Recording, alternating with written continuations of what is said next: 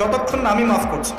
ওনাকে অনেক ভালোবাসি, আমি ওনাকে অনেক ভালোবাসি। আমি আপনাদের বোন, জাস্ট আমি ওনাকে ফিরে পেতে চাই। দেশের আলোচিত সমালোচিত ধর্মীয় আলোচক আবু তোহা মুহাম্মদ আদনান, যিনি ধর্মীয় অঙ্গনে ব্যাপক জনপ্রিয়তা অর্জন করলেও সাম্প্রতিক পারিবারিক বিতর্কে সেই জনপ্রিয়তা ঘিরে তৈরি হয়েছে তীব্র আলোড়ন। আপনি আমাকে যে মিথ্যা অপবাদটা দিয়েছেন এটা মাফ হবে না। চলতি অক্টোবরের শুরুতে স্ত্রী সাবিকুন নাহার সারা প্রথমবারের মতো স্বামী তোহার বিরুদ্ধে গুরুতর অভিযোগ তোলেন। তার দাবি, তোহা তার প্রাক্তন প্রেমিকা ও বর্তমানে বিমানবালা জারিন জাবিনের সঙ্গে পরকীয়ায় জড়িত। পাশাপাশি তোহার প্রতিষ্ঠানে ফ্রি মিক্সিং এর অভিযোগ তোলেন তিনি। যদিও এসব অভিযোগের জন্য পরবর্তীতে তিনি ভুল স্বীকার করে প্রকাশ্যে ক্ষমা চান, তবুও কিছুদিন পর আবারও একই অভিযোগ তোলেন সাবিকুন নাহার সারা।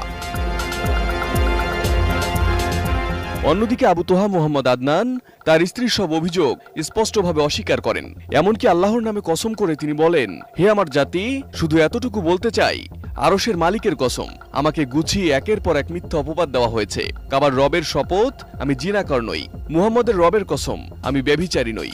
যার হাতে আমার প্রাণ, তার কসম, যেসব অভিযোগ আমার বিরুদ্ধে তোলা হয়েছে আমি সেগুলো থেকে সম্পূর্ণ মুক্ত। আমার কোনো পরনারীর সঙ্গে কোনো হারাম সম্পর্ক নেই। কাবা ঘরের গেট ধুয়ে রেখে দিয়েছেন একদম মিথ্যা অপবাদ দিয়ে। যতক্ষণ আমি আপনাকে মাফ না করছি, কাবা ঘরে গিয়ে গেলাফ ধরে কান্নাকাটি করলেও এই পাপ মাফ হবে না ইনশাআল্লাহ। এই অবস্থায় মৌত হলে কি হবে? পরকালে দেখবেন আমি দাঁড়িয়ে আছি আপনার জন্য। আপনার হিসেব হচ্ছে, হিসেব শেষ।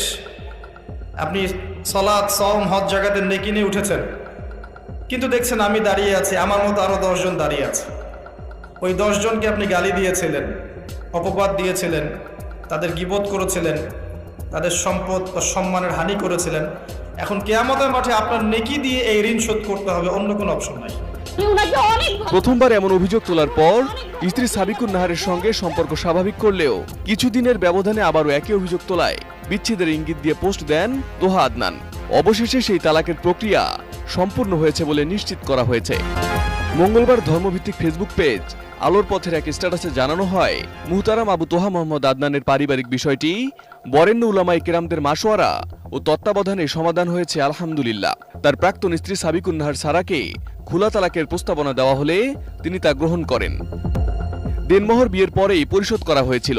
উভয় পক্ষের দেনা পাওনা ও সন্তান সংক্রান্ত বিষয়গুলো আলেমদের নির্ধারিত সময়সীমা ও পরামর্শ অনুযায়ী পারিবারিক সম্মতিতে সমাধান করা হয়েছে। বর্তমানে তাদের মধ্যে কোনো বৈবাহিক সম্পর্ক নেই। তারপর শুধু পরম করুণাময় অসীম দয়ালুই নন, বরং তিনি হচ্ছেন ন্যায় বিচারক। ন্যায় বিচারক